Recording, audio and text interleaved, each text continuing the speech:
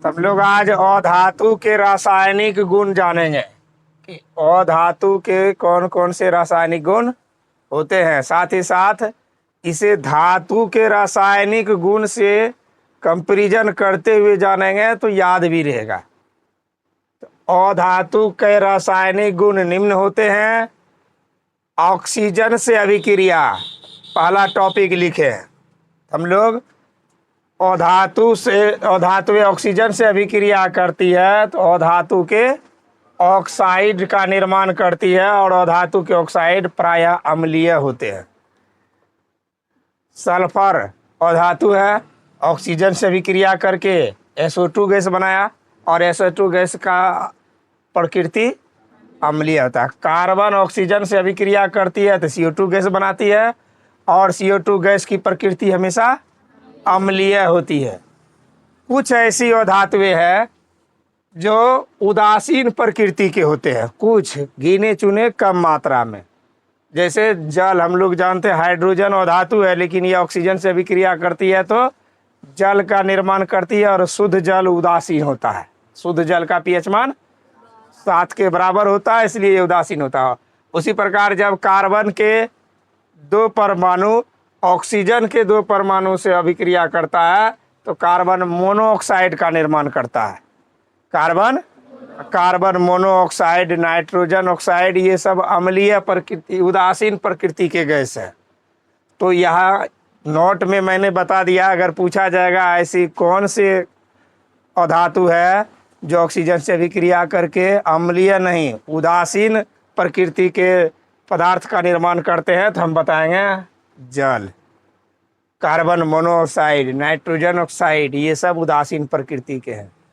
तो ये समझ में आ गया। अधातुएं ऑक्सीजन से अभिक्रिया करके अधातु के ऑक्साइड बनाते हैं और अधातु के ऑक्साइड प्रायः अम्लीय होते हैं। लेकिन हम लोग धातु के संबंध में क्या पढ़े थे? धातुएं ऑक्सीजन से अभिक्रिया करके धातु के ऑक्साइड बनाते हैं, लेकिन धातु के ऑक्साइड प्रायः क्षारीय होते हैं। लेकिन उसमें भी कुछ नोट में पढ़े थे, कुछ ऐसी धातु भी है जिसकी प्रकृति, धातु के ऑक्साइड की प्रकृति अम्लीय और क्षारीय दोनों होता है, जिसको हम लोग द्विधर्मी ऑक्साइड भी कहते हैं। उदाहरण के तौर पर एल्युमिनियम ऑक्साइड पढ़ाए थे।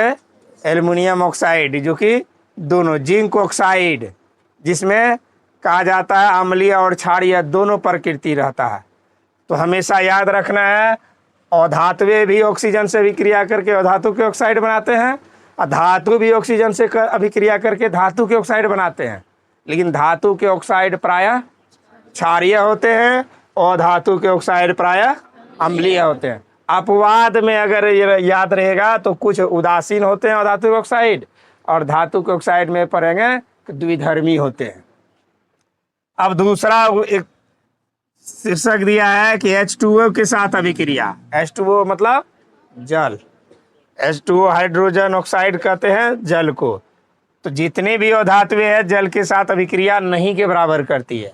100% जल के साथ अभिक्रिया नहीं करती है। अगर कुछ अभिक्रियाएं करती भी है तो जल हाइड्रोजन का गैस का निर्माण नहीं करती है। तो दूसरा हम लोग जल के साथ अभिक्रिया यह जान रहे हैं कि धातुएं जल के साथ अभिक्रिया नहीं करती है। लेकिन अब जानते हैं धातु के साथ जब अभिक्रिया करती है तो क्या स्थिति उत्पन्न होती है। तो हमने लिखाया है कि सामान्य जल से धातुएं भी अभिक्रिया नहीं करती है। धातुएं या तो ठंडे जल से या गर्म जल से अभिक्रिया करती है, या तो ठंडे जल से या गर्म जल से। पिछले दिन मैंने बताया था ना कि धातु सामान्य अवस्था में जल से अभिक्रिया नहीं करती है, लेकिन वही जल अगर ठंडा हो जाए या गर्म हो जाए तो गर्म और ठंडे जल से अभिक्रिया करती है और वहाँ हाइड्रोजन गैस का भी निर्माण होता है।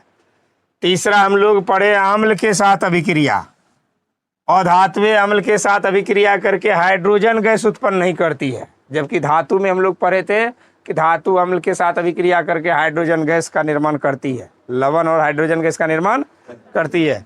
लेकिन याद रहे कि अधातुएं अम्ल के साथ अभिक्रिया करके हाइड्रोजन गैस का निर्माण नहीं करती है। साथ ही साथ यहाँ हम देख रहे हैं कि ये अम्लीय ऑक्साइड है, अम्लीय ऑक्साइड के साथ साथ जल का निर्माण कर रहा है। किसका निर्माण?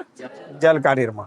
तो हम लिख भी यहाँ सकते हैं कि अधातुएं जल के साथ अभिक्रिया, अम्ल के साथ अभिक्रिया करके हाइड्रोजन गैस उत्पन्न नहीं करती है, उसके जगह पर H2O का निर्माण करता है, जल की उत्पत्ति करती है। ये रहा हमारे अधातु के रासायनिक गुण। और भी इसके रासायनिक गुण है। तो चौथा गुण है अधातुएं हाइड्रोजन के साथ अभिक्रिया करके सहसंयोजक हाइड्राइड का निर्माण करते हैं। सहसंयोजक हाइड्राइड का निर्माण करते हैं। जैसे सल्फर अधातु है और H2 के साथ अभिक्रिया किया, इसको हम लोग हाइड्रोजन सल्फाइड या हाइड्राइड सल्फाइड बोल सकते हैं। तो इस सल्फाइड का निर्माण, हाइड्रोजन सल्फाइड का निर्माण किया, यही है हमारा हाइड्राइड, जिसे हम लोग हाइड्राइड भी बोलते हैं। उसी तरह लिखे हैं क्लोरीन के साथ अभिक्रिया, अधातुएं क्लोरीन के साथ जब अभिक्रिया करती है तो क्लोराइड का निर्माण करती है, यानी अधातु के क्लोराइड। जैसे हाइड्रोजन अधातु है और क्लोरीन के साथ अभिक्रिया किया है, तो हम लोग पढ़ते हैं इसको हाइड्रोजन क्लोराइड। क्या पढ़ेंगे? Hydrogen chloride. और इसी को हाइड्रोक्लोरिक अम्ल भी बोलते हैं। तो ये हो गए कुल 5 गुण अधातु के रासायनिक गुण। फिर से एक बार रिवीजन कर लेते हैं। तो पहला ऑक्सीजन के साथ अभिक्रिया, अधातुएं ऑक्सीजन के साथ अभिक्रिया करके अधातु के ऑक्साइड बनाती है और अधातु के ऑक्साइड अम्लीय होते हैं। दूसरा हम लोग पढ़े हैं जल के साथ अभिक्रिया, अधातुएं जल के साथ अभिक्रिया नहीं करती है। तीसरा पढ़े हम लोग अम्ल के साथ अभिक्रिया, अधातुएं अम्ल के साथ अभिक्रिया करके हाइड्रोजन गैस का निर्माण नहीं करती है। उसके बाद चौथा पढ़े हम लोग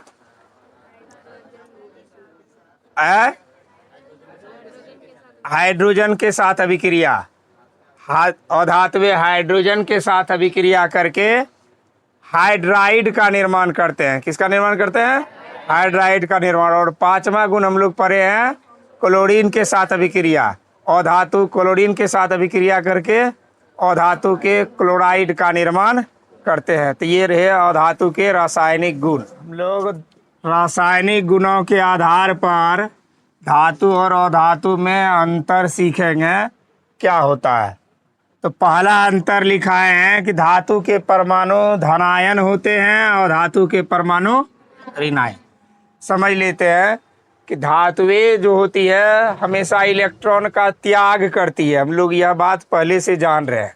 धातुएं हमेशा इलेक्ट्रॉन का त्याग, जो इलेक्ट्रॉन का त्याग करती है उसी को हम लोग कहते हैं धनायन, और जो इलेक्ट्रॉन को ग्रहण करती है उसी को कहते हैं ऋणायन।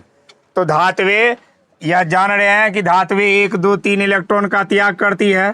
कितना का? 1, 2 और 3 का। तो यहाँ 1+ का चिन्ह का मतलब है कि सोडियम 1 इलेक्ट्रॉन का त्याग कर रही है। पोटेशियम पर भी 1+ का चिन्ह है, तो इसका मतलब यह 1 इलेक्ट्रॉन का त्याग कर रही है। कैल्शियम पर 2+ है, तो यह 2 इलेक्ट्रॉन को त्याग कर रही है। अब यह त्याग कैसे करती है तो इसको भी समझ लेते हैं। जैसे सोडियम की परमाणु संख्या 11, सोडियम की परमाणु संख्या 11, और यह पहले कक्षा को भरता है 2 इलेक्ट्रॉन से, दूसरे कक्षा को 8 इलेक्ट्रॉन से। तो 2, 8, 10 हो गया, तो बाहर में क्या बचा? 1। तो यह अष्टक नियम पूरा करने के लिए जो है 8 तक रखा, बाकी शेष को त्याग दिया। तो 1 को त्याग दिया है ना, इसीलिए इसमें 1+ का चिन्ह है। ठीक उसी प्रकार अगर पोटेशियम पर कैसे हुआ 1+ का चिन्ह, तो हम लोग जान रहे हैं कि पोटेशियम का भी परमाणु संख्या होता है 19। तो पहला कक्षा हमेशा 2 इलेक्ट्रॉन से भरता है, उसके बाद आगे का उपकक्षा 8 और 8 से, तो 2, 8, 10, 8, 18। तो बचा बाहर में कितना?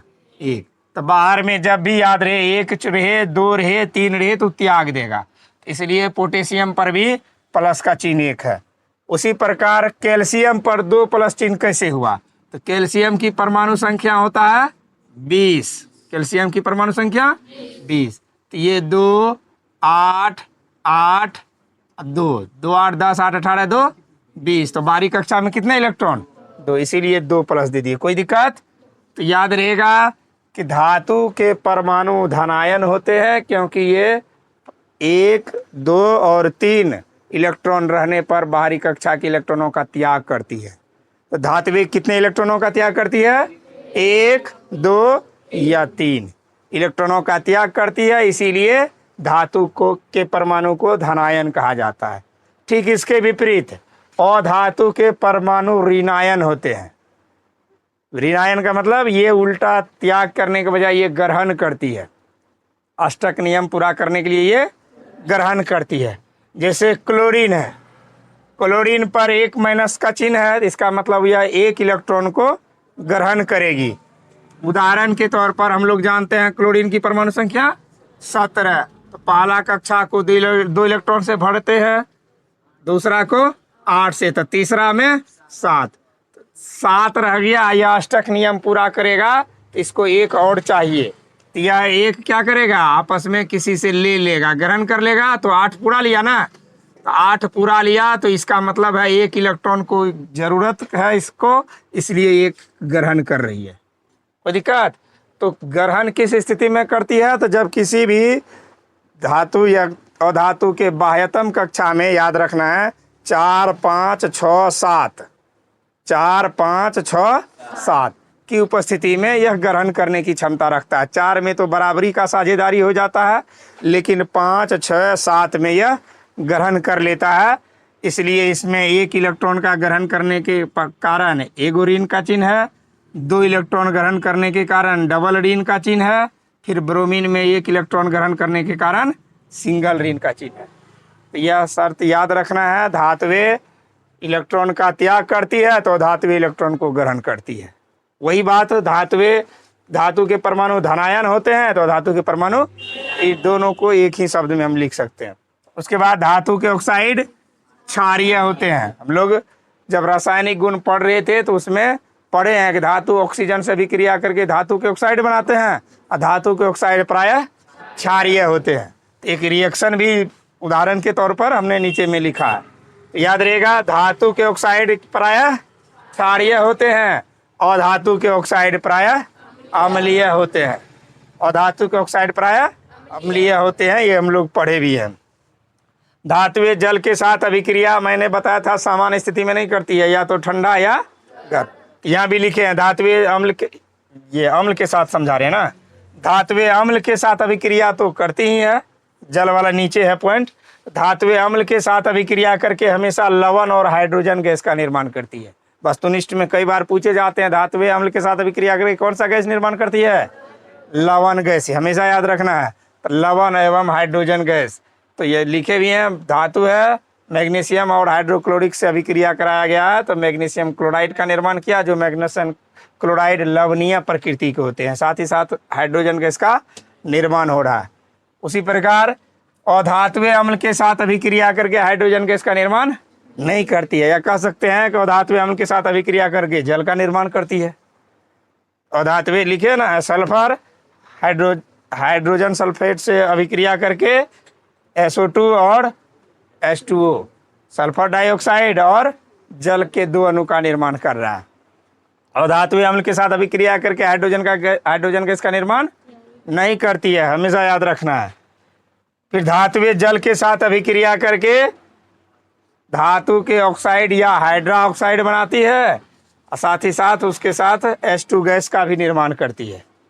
और मैंने रिएक्शन रासायनिक गुण में समझाया था कि धातुएं सामान्य स्थिति में जल के साथ अभिक्रिया नहीं करती है, या तो ठंडा या गर्म जल। तो यहाँ मैंने उतना डिटेल्स नहीं दिया जो कि रासायनिक गुण में समझा दिए हैं। तो यहाँ लिखा है कि धातुएं जल के साथ अभिक्रिया करके या तो धातु के ऑक्साइड या धातु के हाइड्रा ऑक्साइड का निर्माण करते हैं, और साथ ही साथ किसका निर्माण करती है? हाइड्रोजन गैस का निर्माण करती है। रिएक्शन भी दे दिए हैं, Fe धातु है, H2O के साथ अभिक्रिया किया, Fe3O4, हाइड्रोजन के 4 अणु 4H2O। फिर अभिक्रियाशीलता के आधार पर, या फिर कहेंगे विस्थापन अभिक्रिया के आधार पर धातुओं का वर्गीकरण पढ़ना है। तो अभिक्रियाशीलता के आधार पर या विस्थापन अभिक्रिया के आधार पर धातु को 3 वर्गों में बांटा गया है। कितने वर्गों में बांटा गया है? 3 वर्गों में।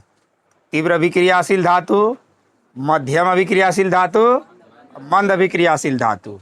ये तीनों वर्गों में जो वर्गीकृत किया गया है, इस धातुओं को एकदम क्रमानुसार अभिक्रियाशीलता के आधार पर घटते क्रम में जो एक टेबल सारणी देख रहे हो सामने, इसी को सक्रियता श्रेणी कहते हैं। तो सक्रियता श्रेणी का डिफिनेशन पूछा जाता है परीभाषा में, सक्रियता श्रेणी से क्या समझते हैं, तो याद रखना है कि विस्थापन अभिक्रिया के आधार पर धातुओं को उनकी घटती हुई अभिक्रियाशीलता के क्रम में एक उदग्र स्तंभ में, उदग्र का मतलब खड़े रूप में, स्तंभ में सजाए गए धातुओं की सारणी को ही सक्रियता श्रेणी कहते हैं। हम देख रहे हैं नीचे में हमारे पास एक श्रेणी है जिसमें ऊपर से नीचे तक धातुओं का ही टेबल बनाया गया है। ऊपर में पोटेशियम रखे हैं, सबसे नीचे प्लेटिनम है। जैसे जैसे नीचे आते जाते हैं अभिक्रियाशीलता क्या होती चली जाती है, घटती चली जाती है। और अगर कहेंगे जैसे जैसे ऊपर जाएंगे तो बढ़ती चली जाती है। तो तीन वर्गों में अभिक्रियाशीलता के आधार पर जो बांटा गया है, सबसे पहला है तीव्र अभिक्रियाशील धातु, जो टेबल में सबसे ऊपर रखा गया है। इस तीन धातुओं को सबसे तीव्र अभिक्रियाशील धातुओं की श्रेणी में रखा गया है, पोटेशियम, सोडियम और कैल्शियम। पोटेशियम, सोडियम और कैल्शियम ये सबसे तीव्र अभिक्रियाशील धातु है, इसीलिए इसे ऊपर के टेबल में रखा गया है। उसके बाद नीचे आता है magnesium, aluminium, zinc, ferrous, tin, lead. ये मध्यम प्रवृत्ति के अभिक्रियाशील धातु हैं, इसलिए इसको बीच में रखा गया है। उसके बाद बीच में हाइड्रोजन रखा गया। हाइड्रोजन से नीचे जितनी भी धातुएं है वे अभिक्रिया नहीं के बराबर करती है, यानी इसमें अभिक्रियाशीलता जैसा कोई खास लक्षण नहीं पाया जाता है। तो कॉपर, पारा, चांदी, सोना, प्लेटिनम ये सभी तत्व हाइड्रोजन से भी मंद अभिक्रियाशील धातु है, इसीलिए इसको मंद अभिक्रियाशील धातु भी कहा जाता है। तो इससे स्पष्ट हो जाता है कि सबसे तीव्र अभिक्रियाशील धातु पोटेशियम है। पोटेशियम से हल्का कम अभिक्रियाशीलता सोडियम, सोडियम से कम कैल्शियम, कैल्शियम से कम मैग्नीशियम, उनसे कम एल्यूमिनियम, जिंक। इस तरह से जैसे जैसे नीचे आएंगे, यह बात हमेशा ध्यान में रहे कि यह निम्न है। परीक्षा में पूछा जाता है, ऑप्शन में दे देगा 4 गो धातु का नाम, जिंक दे दिया, फेरस दे दिया, एल्यूमिनियम दे दिया, मैग्नीशियम दे दिया, कहेगा इनमें से कौन सबसे तीव्र अभिक्रियाशील धातु है। तो हम किसको ढूंढेंगे इनमें से सबसे तीव्र अभिक्रियाशील धातु। तो टेबल में कौन ऊपर में है, सबसे ऊपर मैग्नीशियम ऊपर में है। प्रश्न में पूछा जाता है कि इनमें से कौन अभिक्रियाशील धातु, तीव्र अभिक्रियाशील धातु है। इन चारों धातुओं में किसकी पहचान हम करेंगे, मैग्नीशियम। जब यह टेबल हमें कंप्लीट ऊपर से नीचे तक जाने की सारणी दिमाग में रहेगा तो हम बता देंगे कि मैग्नीशियम सबसे तीव्र अभिक्रियाशील धातु है। या इन्हीं में कह दिया जाएगा सबसे मंद अभिक्रियाशील धातु कौन सी है, तो सबसे नीचे इसमें कौन आ रहा है, फेरस। सबसे नीचे कौन आ रहा है, फेरस। इसका मतलब फेरस निम्न अभिक्रियाशील धातु है। तो इस तरह से यह टेबल हमें बहुत ज़रूरी है परीक्षा में ऑब्जेक्टिव प्रश्न की पहचान करने के लिए भी। तो हम लोग याद रखेंगे कि अभिक्रियाशीलता के आधार पर सक्रियता श्रेणी में जैसे जैसे नीचे आते हैं तो विस्थापन अभिक्रिया की दर घटती चली जाती है, लेकिन जैसे जैसे ऊपर जाते हैं अभिक्रियाशीलता की दर बढ़ती चली जाती है। परीक्षा में पूछा जाता है हाइड्रोजन से नीचे, सक्रियता श्रेणी में जो हाइड्रोजन से नीचे के तत्व रखे हैं उसका क्या लक्षण पाया जाता है, तो वो मंद अभिक्रियाशील धातु है, अर्थात वे अभिक्रिया नहीं के बराबर करती। इसी कारण मैंने बताया भी था, यही सोना चांदी है ना जो आभूषण के बनाने में उपयोग आते हैं, और कभी इसमें जंग लगते देखे हो, खराब होते, क्योंकि यह अभिक्रिया नहीं के बराबर करती है। ये रहा सक्रियता श्रेणी, जो बहुत ही महत्वपूर्ण प्रश्न है, याद रखना इन्हें। तो आयन या मूलक क्या है, ये कितने प्रकार के होते हैं, बहुत ही इम्पोर्टेंट प्रश्न है, कई बार पूछे जाते हैं परीक्षा में। आयन क्या है, तो हम लोग जानते हैं कि परमाणु जो है अस्थाई रूप धारण करने के लिए इलेक्ट्रॉन को त्यागता है ज़रूरत पड़ने पर, या तो ग्रहण करता है। यानी इलेक्ट्रॉन किसी अन्य तत्व को दे देता है या किसी से ले लेता है। तो ये लेन देन कैसे करता है, तो हम लोग पहले भी पढ़ चुके हैं धातु अधातु के गुण में कि कोई भी तत्व अपने बाह्यतम कक्षा में जब 1 या 2 या 3 इलेक्ट्रॉन रहता है, जिस तत्व के बाह्यतम कक्षा में, वह त्याग कर देता है। जब किसी तत्व के बाह्यतम कक्षा में 1 या 2 या 3 इलेक्ट्रॉन होता है तो वह इलेक्ट्रॉन का त्याग करता है, त्याग करके धनायन परमाणु का निर्माण करते हैं।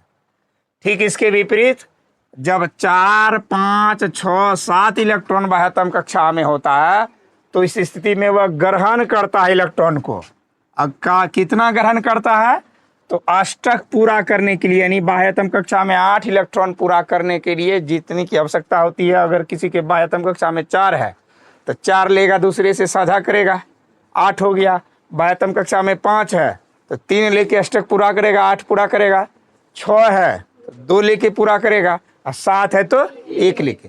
तो जितना ग्रहण करता है अष्टक पूरा करने के लिए, जो इलेक्ट्रॉन ग्रहण करता है वे ऋणायन परमाणु कहलाते हैं। जो अष्टक पूरा करने के लिए ग्रहण करते हैं वे ऋणायन परमाणु कहलाते हैं। तो इस प्रकार इलेक्ट्रॉनों का जो स्थानांतरण होता है, अदला बदली, लेन देन, इस लेन देन के कारण ही जो परमाणु की प्रकृति पर उत्पन्न हो जाती है उसी को हम लोग क्या कहते हैं, आयन कहते हैं। इसे संक्षेप रूप में हम ऐसे भी याद रख सकते हैं कि जब कोई तत्व इलेक्ट्रॉनों का स्थानांतरण करता है या अदला बदली करता है, इससे जो तत्व की प्रकृति उत्पन्न होती है, इस घटना को ही हम लोग आयन या मूलक कहते हैं। आयन या मूलक 2 प्रकार के होते हैं, धन आयन, ऋण आयन, या धन मूलक, ऋण मूलक। याद रखना, धन आयन या ऋण आयन, धन मूलक या ऋण मूलक। तो धन मूलक का परिभाषा ऊपर में भी आ गया, इसी में समाहित है कि जिस तत्व के बाह्यतम कक्षा में 1 या 2 या 3 इलेक्ट्रॉन पाए जाते हैं वे इलेक्ट्रॉनों का त्याग करती है और वह धनायन परमाणु बनाते हैं। और जितने भी धनायन है ये सभी अब धातु कहलाएंगे। तो धातु की पहचान का आसान तरीका है, जिसे हमने नहीं देखा है उसकी पहचान कैसे करना है, तो उसका संयोजी इलेक्ट्रॉन निकाल लेंगे। संयोजी इलेक्ट्रॉन निकाल लेंगे और इस तरह से ये संयोजी इलेक्ट्रॉन है देख लेंगे। धातु के बाह्यतम कक्षा में, किसी तत्व के बाह्यतम कक्षा में 1 या 2 या 3 इलेक्ट्रॉन है तो क्या कह देंगे, वह धातु है। जैसे अब मान लो हमने पोटेशियम कभी नहीं देखा है, लेकिन पोटेशियम की परमाणु संख्या जान रहे हैं, 19 होता है। 19 होता है और यह जब कक्षा में भरता है तो पहला कक्षा 2 से इलेक्ट्रॉन पूरा होता है, दूसरा 8 से, 2 8 10 8 18, बाहर में कितना हुआ, 1। अब पता चल गया कि 1 है तो ये क्या हो गया, पोटेशियम धातु हो गया। कोई दिक्कत, मान के चलो। और किसी चीज़ से हमने क्लोरीन नहीं देखा है तो क्लोरीन क्या है, धातु है को धातु है, इसे पता करना। क्लोरीन की परमाणु संख्या 17, तो इसका 2 8 7 ये हो गया, 2 8 10 7 17। और जब 7 आया तो हम लोग पढ़ रहे हैं 4 5 6 7 इलेक्ट्रॉन को ग्रहण करता है। इसी स्थिति में ग्रहण करने वाला अधातु कहलाएगा। अभी हम लोग त्याग करने वाले के बारे में जान रहे हैं। जब ग्रहण करने की प्रकृति होगी, ये ग्रहण करेगा, 1 7 है बाहरी कक्षा में तो 1 ग्रहण करके अष्टक पूरा करेगा। और ऐसी स्थिति में ग्रहण करने वाली नौवत जिस तत्व के साथ आ जाए वह धातु नहीं होगा, वह अधातु होंगे। तो याद रखना है, जो त्याग करने वाली धातु होती तत्व होती है धातु, और ग्रहण करने वाली तत्व अधातु। कितना त्याग करती है, 1 2 3 इलेक्ट्रॉन त्याग करती है, और ग्रहण की स्थिति में 4 5 6 7 की स्थिति में वह ग्रहण करती है। और ग्रहण करके कितना पुराती है, अपना अष्टक पूरा करती है। तो धनायन समझने में कोई दिक्कत, हमने एक एग्जाम्पल भी लिया है कि सोडियम में 11 परमाणु होते हैं, यानी सोडियम परमाणु नहीं, सोडियम की परमाणु संख्या 11, इसका मतलब है 11 इलेक्ट्रॉन है। तो पहली कक्षा हमेशा 2 इलेक्ट्रॉन से भर जाता है, जो हमने पिछले दिन पढ़ा भी था कि परमाणु का नाभिक के निकट का कक्षा का नाम क्या है, हमने बताया था कि उसके बाद L, उसके बाद M, नीचे आते रहता है ना। तो K कक्षा मात्र 2 इलेक्ट्रॉन से पूरा भर जाता है, L कक्षा आगे 8 से, M 18 से, है ना। ये हमने बता दिया है कि परमाणु के नाभिक के निकट की पहली कक्षा K होता है। तो 2 इलेक्ट्रॉन को भर दिया, उसके बाद आगे वाला 8, 2 8 के बाद जो शेष बच गया एक ना, ये बाह्यतम कक्षा में हो गया। जो बाहरी कक्षा में होता है उसी को संयोजी इलेक्ट्रॉन भी कहते हैं। कौन सा इलेक्ट्रॉन? संयोजी इलेक्ट्रॉन। या बाह्यतम कक्षा में मौजूद इलेक्ट्रॉन को वैलेंस इलेक्ट्रॉन या संयोजी इलेक्ट्रॉन कहा जाता है। इसी को संयोजकता भी कहा जाता है। बाहरी कक्षा में मौजूद इलेक्ट्रॉन जो त्याग या ग्रहण करता है, तो एक यहाँ बाहरी कक्षा में एक इलेक्ट्रॉन आ गया, इसलिए एक का यह त्याग कर रहा है। इसके बाहरी कक्षा में 2 8 8 2 आ गया, ये 2 इलेक्ट्रॉन का त्याग। जितना का त्याग करेगा उतना घन का चिन्ह उसमें दर्शाया हुआ रहेगा। इसे इस तरह से भी लिख सकते हैं, Ca पर 2+ भी दे देंगे तो ये भी सेम चिन्ह है। इसमें प्लस प्लस डबल बार है और इसमें एक ही बार संकेत में कर दिया गया है। तो धनायन पहचान लेंगे। अब आगे ऋणायन पढ़ते हैं। ऋणायन हम लोग जानेंगे। तो ऋणायन का डिफिनेशन होता है जिस तत्व के बाह्यतम कक्षा में 4 5 6 7 इलेक्ट्रॉन पाए जाते हैं, वे इलेक्ट्रॉनों को ग्रहण कर अपना अष्टक पूरा करते हैं और वे ऋणायन तत्व कहलाते हैं। ऋणायन तत्व क्या होते हैं? अधातु होते हैं। हमेशा जितने भी ऋणायन होते हैं वे अधातु होते हैं। तो जैसे नाइट्रोजन उदाहरण लिए हैं, तो पहली कक्षा 2 से भरता है, हमेशा याद रखना है। अगली 8 से और फिर अगली 18 से। इसके लिए हमें ट्रिक भी बताए थे कि 2n² वाला फार्मूला याद रहेगा ना, तो याद रहेगा कि कौन सी कक्षा कितने इलेक्ट्रॉन से भरा जाता है। हम बताए थे पहली कक्षा भरना है तो 2 × 1²। पहला मतलब एक नंबर का कक्षा। 2 नंबर का कक्षा भरना है तो 2 × 2²। 3 नंबर का कक्षा भरना है तो 2 गुना, तो बताओगे तो तीसरे कक्षा में कितना परमाणु इलेक्ट्रॉन चाहिए भरने के लिए? 18 चाहिए। 3 का स्क्वायर 9 दूना। दूसरे कक्षा को भरने के लिए 8। यही तरीका है पहले कक्षा को भरने के लिए।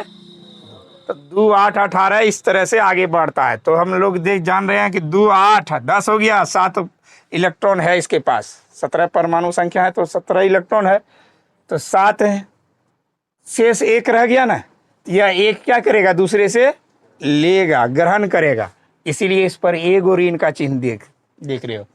ऑक्सीजन, यह 2 इलेक्ट्रॉन को दूसरे से मतलब ये ग्रहण कर अपना अष्टक पूरा करेगा, इसलिए इसमें 2। नाइट्रोजन 2 और 5 7 परमाणु संख्या होता है। पहली कक्षा में 2 भरा, अगले में 5। इसको जब भी जरूरत पड़ेगा तो 3 से यह साझेदारी करेगा, 3 लेकर अपना अष्टक पूरा करेगा। तो इस तरह से ये हमारे ऋणायन तत्व कहलाएंगे। और इसमें हम लोगों का कुछ अस्थाई तत्व है। कौन सा? तो जिसके बाह्यतम कक्षा में 8 इलेक्ट्रॉन पूरे हैं, जिसके बाह्यतम कक्षा में 8 इलेक्ट्रॉन पूरे हैं, वह अस्थाई तत्व कहलाता है। इसी को अक्रिय तत्व भी कहते हैं। इसी को अक्रिय तत्व, निष्क्रिय तत्व कहा जाता है। तो नोट में लिख लेना है अक्रिय तत्व। अक्रिय तत्व, अक्रिय तत्व जिस तत्व के बाह्यतम कक्षा में बाह्यतम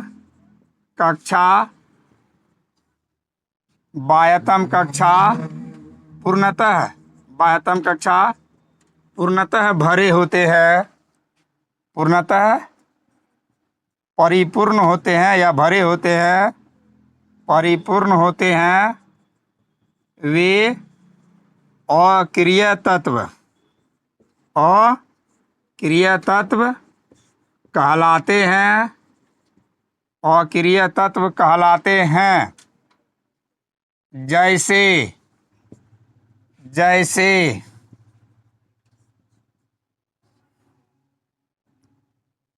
हीलियम, नियॉन,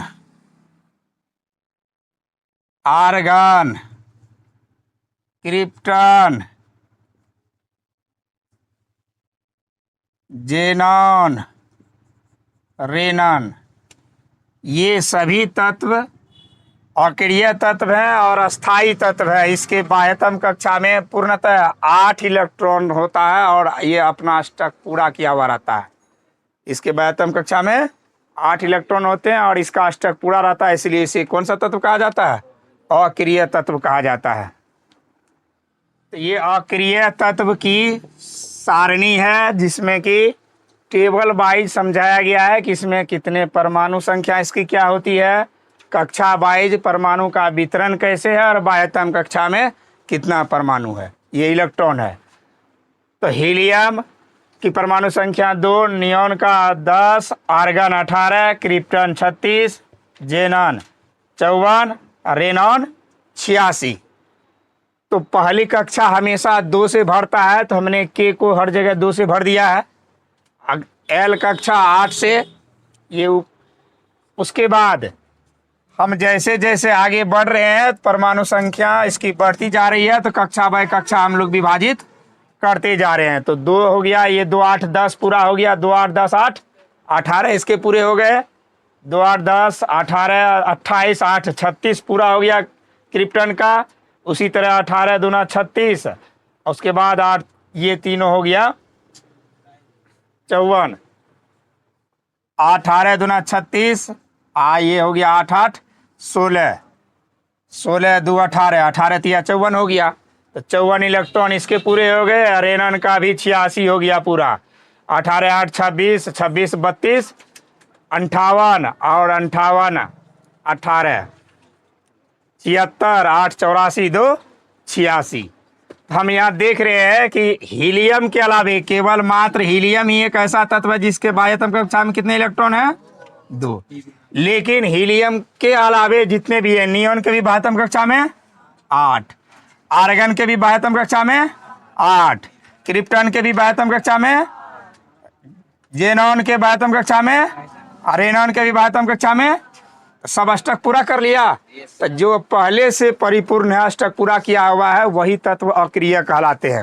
और अक्रिय तत्व अस्थायी होते हैं, ये किसी से अभिक्रिया नहीं करते हैं, या इसको किसी भी अभिक्रिया में रिएक्शन में देखोगे इसकी भागीदारी नहीं होती है। और बाकी जो तत्व है इलेक्ट्रॉनों का जो स्थानांतरण करता, अदला बदली करता है, इसीलिए वह अभिक्रियाशील होता है, अभिक्रिया में भाग लेता है। तो इस प्रकार हम अक्रिय तत्व के बाद माध्यम से आगे भी जानेंगे रिएक्शन की और भी प्रकृति। सक्रियता श्रेणी की विशेषताएं के बारे में जानेंगे। यह विशेषता हमने उनके सारणी से ही निकाला है।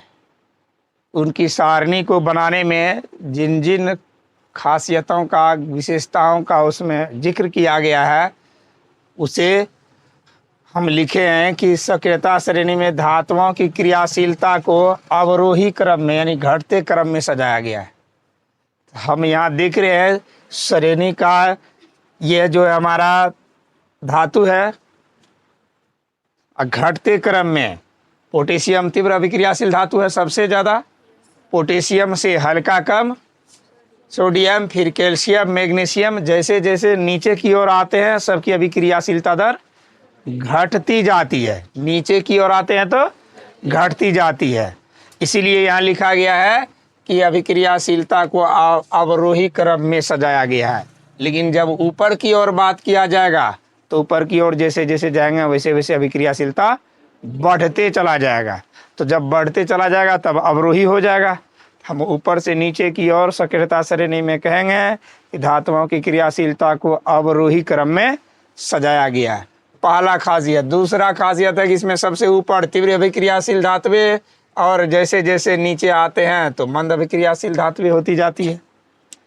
वही बात है, ऊपर जाएंगे तो तीव्र और नीचे आएंगे तो मंद अभिक्रियाशील, यानी अभिक्रियाशीलता दर कम होती चली जाएगी। जैसे यहाँ लिखा भी है मैंने, पोटेशियम ये बड़ा का प्रतीक दे दिया है ना, यानी अधिक क्रियाशील है। फिर सोडियम, कैल्शियम, मैग्नीशियम इत्यादि सबसे कम और मंद अभिक्रियाशील धातुएं प्लेटिनम, यानी हाइड्रोजन से नीचे सभी मंद अभिक्रियाशील धातुएं हैं।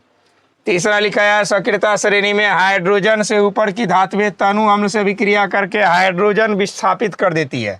यानी ये जो हम लोग देख रहे हैं हाइड्रोजन से ऊपर की धातुएं, ये सभी जब इसको अम्ल से एसिड से अभिक्रिया कराया जाता है ये हाइड्रोजन गैस को अलग कर देती है।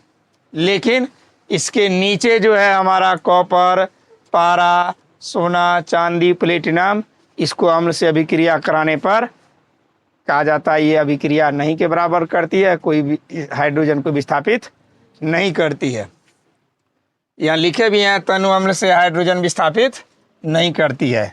चौथा। पांचवा विशेषता है जो धातु वे तीव्र अभिक्रियाशील है, वे प्रकृति में संयुक्त अवस्था में पाई जाती है, और जो मंद अभिक्रियाशील धातुएं हैं वे प्रकृति में स्वतंत्र अवस्था में पाई जाती है। संयुक्त अवस्था का मतलब हो गया कि प्रकृति में बड़े पैमाने पर मौजूद है। तीव्र अभिक्रियाशील धातु प्रकृति में बड़े पैमाने पर मौजूद है। स्वतंत्र अवस्था का मतलब हो गया छीट फूट मौजूद है, यह इसकी मात्रा ज़्यादा नहीं है। तो ये हुआ हमारा स्वक्रियता श्रेणी की विशेषताएं।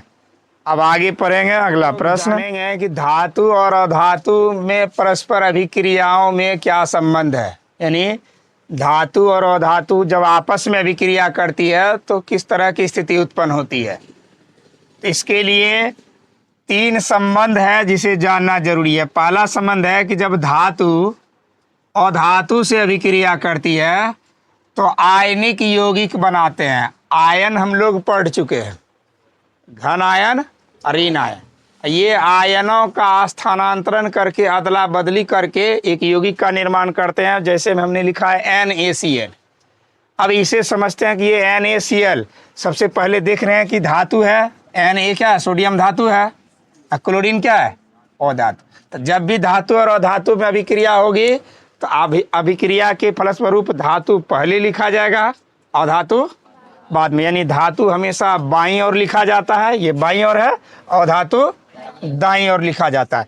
उसी प्रकार कैल्शियम ऑक्साइड में भी हम लोग देख रहे हैं, कैल्शियम क्या है, धातु है, और ऑक्सीजन अधातु है। कैल्शियम बाईं ओर है और ऑक्सीजन दाईं ओर। मैग्नीशियम बाईं ओर है, धातु है, ऑक्सीजन दाईं ओर। अब ये आयनिक यौगिक क्यों कहलाएंगे, क्योंकि ये आयनों का अदला बदली करते हैं। जब धातु और अधातु आपस में आयनों का अदला बदली करके यौगिक बनाते हैं तो उसको हम लोग आयनिक यौगिक कहते हैं। क्या कहते हैं, आयनिक यौगिक। अब यहाँ NaCl के बारे में एक उदाहरण हम लोग समझ लेते हैं। हम लोग पढ़ चुके हैं कि Na का सोडियम का परमाणु संख्या 11 होता है, जिसका इलेक्ट्रॉनिक विन्यास 281 होता है। क्लोरीन का ध्यान से देखोगे परमाणु संख्या 17 होता है, जिसका इलेक्ट्रॉनिक विन्यास 287 होता है। यह एक इलेक्ट्रॉन बाहरी कक्षा में है तो त्याग करेगा, यह 1 इलेक्ट्रॉन का त्याग करेगा, और यह 1 इलेक्ट्रॉन का ग्रहण करेगा। और दोनों क्या करेगा, ये त्याग के उसको दे दिया और वो आसानी से रख लिया, क्योंकि उसकी आवश्यकता थी, रख लिया और दोनों आपस में निर्माण कर लिया। किसका, तो ये NaCl। हमेशा याद रखना है कि अगर कोई यौगिक में धातु और धातु का मिलान है, आयनिक यौगिक है। पहचानने का तरीका, अगर इसमें धातु और अधातु का मेल है, संयोग है, तो आयनिक यौगिक है। बात समझ में आ गया। धातु और अधातु आपस में मिल करके रिएक्शन करके नए उत्पाद बनाया है, इसलिए हम इसको क्या कहेंगे, आयनिक यौगिक। इसमें भी जैसे हम लोग देख रहे हैं कैल्शियम, हम लोग जान रहे हैं कि कैल्शियम की परमाणु संख्या 20 होता है, इलेक्ट्रॉनिक विन्यास 282 होता है ना। और ऑक्सीजन की परमाणु संख्या 8 होता है, जिसका इलेक्ट्रॉनिक विन्यास 26 होता है, n होता है। तो ये ऐसे बताओ, बाहरी कक्षा में अष्टक पूरा करेगा, ये अष्टक पूरा बाहरी कक्षा में करने के लिए 2 इलेक्ट्रॉन का त्याग कर देगा। 2 इलेक्ट्रॉन का त्याग करेगा तो इसमें 2 प्लस का चिन्ह होगा ना। त्याग करने के बाद इसे 2 त्याग करेगा तो 2 प्लस का चिन्ह, आइए 2 ग्रहण करेगा तो 2 माइनस का चिन्ह, ये 2 दिया उसको, ये दोनों ले लिया, आपस में ग्रहण कर लिया, तो दोनों से आप किसका निर्माण हो गया, CaO को। तो ये CaO कैल्शियम ऑक्साइड कैसे यौगिक कहलाएंगे, आयनिक यौगिक। किसी को दिक्कत समझने में, तो आयनिक यौगिक समझ में आ गया। जब धातु और अधातु आपस में अभिक्रिया करके नए उत्पाद बनाते हैं तो उस यौगिक को आयनिक यौगिक कहा जाता है। अब आगे जानते हैं, अधातु से अभिक्रिया करके सहसंयोजक यौगिक का निर्माण करते हैं। ये सहसंयोजक यौगिक क्या होता है, तो सबसे पहले यहाँ हम लोग जानेंगे कि दोनों तरफ अधातुएं रहे, ऐसे यौगिक जिसमें हमेशा अधातु ही अधातु से अभिक्रिया करके नए उत्पाद बनाए, उसको हम लोग कहेंगे सहसंयोजक यौगिक। क्या कहेंगे, सहसंयोजक। यानी अधातु का भी जाति एक ही है, अधातु अधातु आपस में तो दोनों एक जाति का हो गया, तो दोनों जात भाई होने के कारण ये भी क्या करेगा, आयनों का साझेदारी कर लेता है, मेल मिलान कर लेता है। इसी तरह जैसे हमने लिखा है कि CH4 लिखे है ना, CH4। अब हम यहाँ देख रहे हैं कि कार्बन का परमाणु संख्या 6 होता है, इलेक्ट्रॉनिक विन्यास 2-4 हो जाएगा।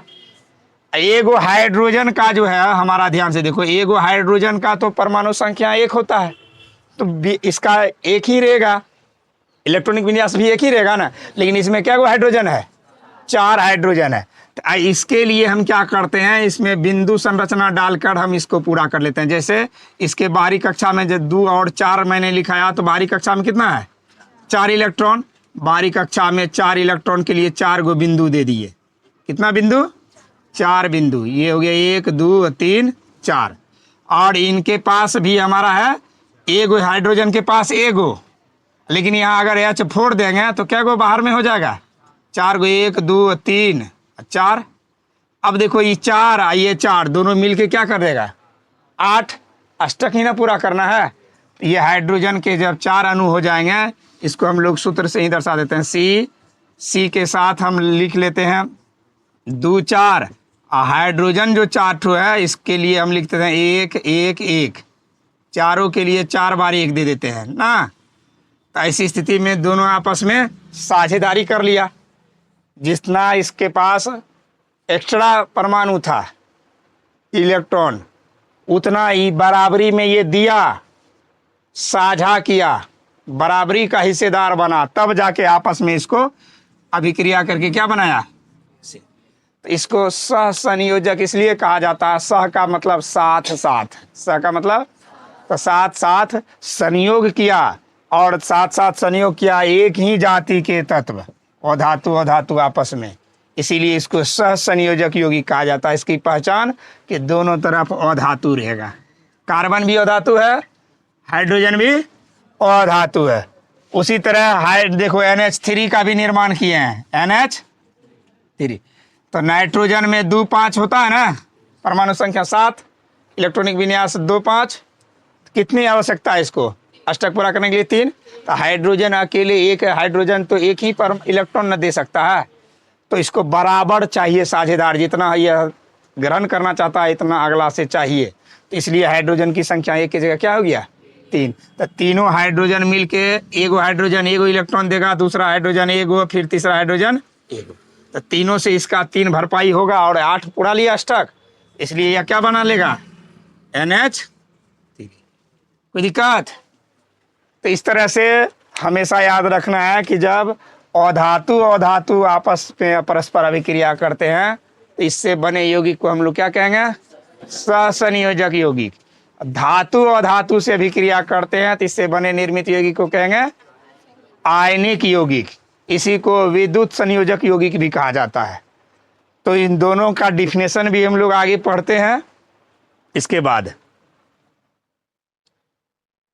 इसे समझ में आ गया ना, इसको और समझाएंगे जब हम आयनिक यौगिक का भी परिभाषा, रासायनिक बंधन क्या होता है इसके बारे में जानेंगे। इससे पहले अभी हम लोग जो पढ़े कि धातु अधातु से भी क्रिया करती है और अधातु अधातु से भी क्रिया करती है, ये 2 शर्त ही पढ़े।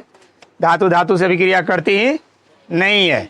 तो धातु धातु से जो अभिक्रिया करते हुए मैंने देखा कि Mg को, जैसे धातु अधातु से अभिक्रिया किया Mg प्लस O2, तो हमारा MgO जो निर्माण हुआ, जब इसको संतुलित करते हैं तो 2MgO होता है। ये यौगिक चूंकि धातु धातु से बना है, तो ये हमारा आयनिक यौगिक कहलाएंगे। क्या कहलाएंगे, आयनिक यौगिक। धातु पहले भी हम पढ़ चुके हैं अभी तुरंत, धातु अधातु से अभिक्रिया करके जो यौगिक बनाता है उसको आयनिक यौगिक कहते हैं। तो आयनिक यौगिक में जो मौजूद परमाणु है, मान के चलो अब इसमें Mg का परमाणु है, मैग्नीशियम का परमाणु और ऑक्सीजन का परमाणु दोनों मिला हुआ है, और दोनों मिलाकर एक साथ संयोग किया हुआ, बंधा हुआ है। आखिर इन दोनों के परमाणुओं को बांध कर रखने वाला तो कोई तो बॉन्डिंग होगा ना। तो इस बॉन्डिंग को ही कहा जाता है हमारा रासायनिक बंधन। कहा जाता है कि आयनिक यौगिक हो या फिर सहसंयोजक यौगिक हो। हम दो प्रकार के यौगिक अभी पढ़े हैं। आयनिक यौगिक में मौजूद ये MgO हो गया, CaO हो गया, पोटेशियम K2O हो गया, ये सब हमारा आयनिक यौगिक है। तो इनमें जो कैल्शियम और ऑक्सीजन का, पोटेशियम और ऑक्सीजन का जो परमाणु आपस में जिस बंधन से बंधा हुआ है, उसी बंधन को हम लोग क्या कहेंगे? उसी बंधन को कहेंगे आयनिक बंधन। यानी आयनिक यौगिक के में मौजूद तत्व के परमाणु आपस में जिस बंधन से बंधे होते हैं, उसी को कहा जाता है आयनिक बंधन। आयनिक बंधन का ही दूसरा नाम सहवैद्युत संयोजक बंधन है।